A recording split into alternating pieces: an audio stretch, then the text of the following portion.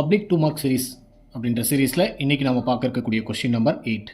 Already 7 question வந்து நம்ம solve பண்ணி அப்லோட் பண்ணியிருக்கோம். தேவைப்படுறவங்க அந்த கொஷின்ஸையும் பார்த்துருங்க. ஸோ இன்றைக்கி நம்ம பார்க்க இருக்கக்கூடிய கொஷின் வந்து யூனிட் நம்பர் 5லேருந்து பார்க்க போகிறோம். என்ன கொஷின் கொடுத்துருக்காங்க அப்படின்னா, show that the given points R collinear. So 3 points கொடுத்துருக்காங்க. -3, -4, 7, 2 அண்ட் 12, 5. அப்படி தமிழில் கொஷின் வாசிச்சிடலாம். -3, -4, 7, 2 மற்றும் 12, 5 ஆகிய புள்ளிகள் ஒரே நேர்கோட்டில் அமைந்தவை என காட்டுக அப்படின்னு கேட்டிருக்காங்க. ஸோ வந்து இது ரொம்ப இம்பார்ட்டண்ட்டான ஒரு 2 மார்க், ரொம்ப சிம்பிளான 2 மார்க் கூட. ஸோ இதுக்கு ஒரு ஃபார்முலா இருக்குது. அந்த ஃபார்முலா தெரிஞ்சிச்சு அப்படின்னா அதை அப்ளை பண்ணி நம்ம ஈஸியாக ஆன்சர் கண்டுபிடிச்சிடலாம். ஸோ கொடுத்துருக்கிற பாயிண்ட்டை நம்ம எடுத்து எழுதிக்கலாம். ஸோ ஃபஸ்ட் பாயிண்ட் அதை நான் ஏன்னு கன்சிடர் பண்ணிக்கிறேன், -3, -4. செகண்ட் பாயிண்ட் வந்து நான் பின்னு கன்சிடர் பண்ணிக்கிறேன், 7, 2. தேர்ட் பாயிண்ட் வந்து சின்னு கன்சிடர் பண்ணிக்கிறேன், 12, 5.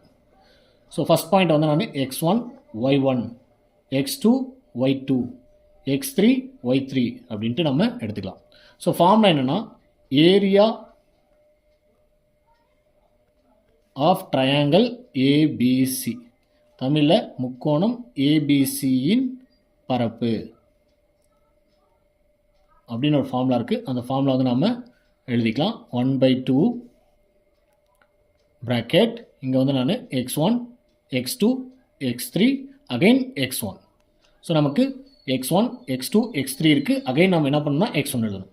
அடுத்தது கீழே y1, y2, y3 again y1 which is equal to 0 அப்படின்னு நம்ம ப்ரூவ் பண்ணணும்.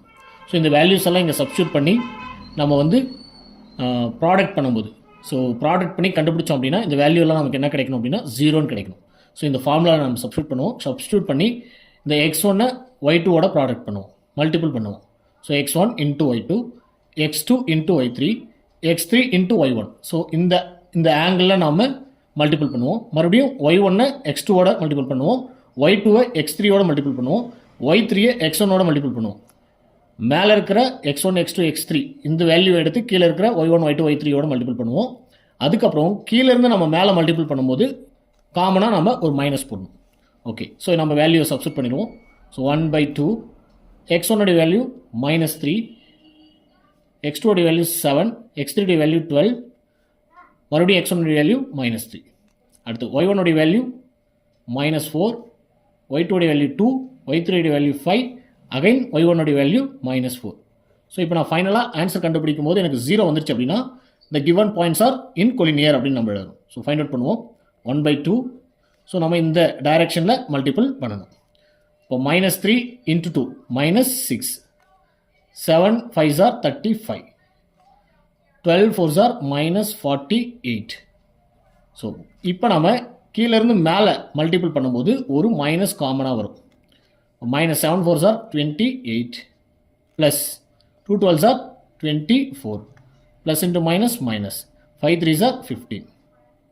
ஸோ நம்ம இந்த 4ஐயும் இந்த 7ஐயும் மல்டிபிள் பண்ணி நம்ம ஆன்சர் போடும்போது அடிஷ்னலாக மைனஸ் சேராது, அது எல்லாத்துக்கும் காமனாக தான் இங்கே மைனஸ் போட்டாச்சு. ஸோ 1/2.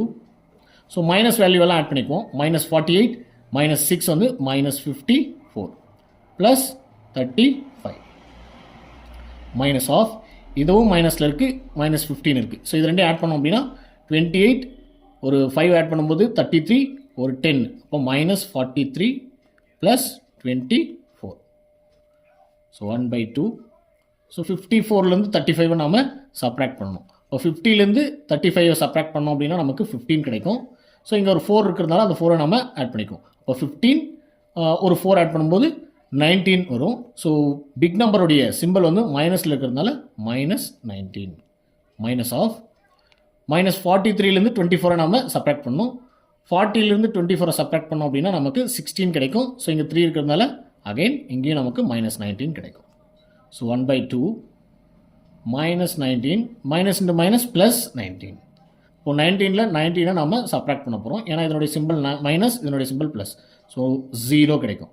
ஸோ 0வோட எந்த நம்பரை மல்டிபிள் பண்ணாலும் நமக்கு 0 தான் கிடைக்கும். ஸோ நமக்கு வந்து ஃபைனலாக ஆன்சர் 0 கிடைச்சிருச்சு. ஸோ நம்ம எழுத வேண்டிய ஆன்சர் என்ன அப்படின்னா, given points are in collinear.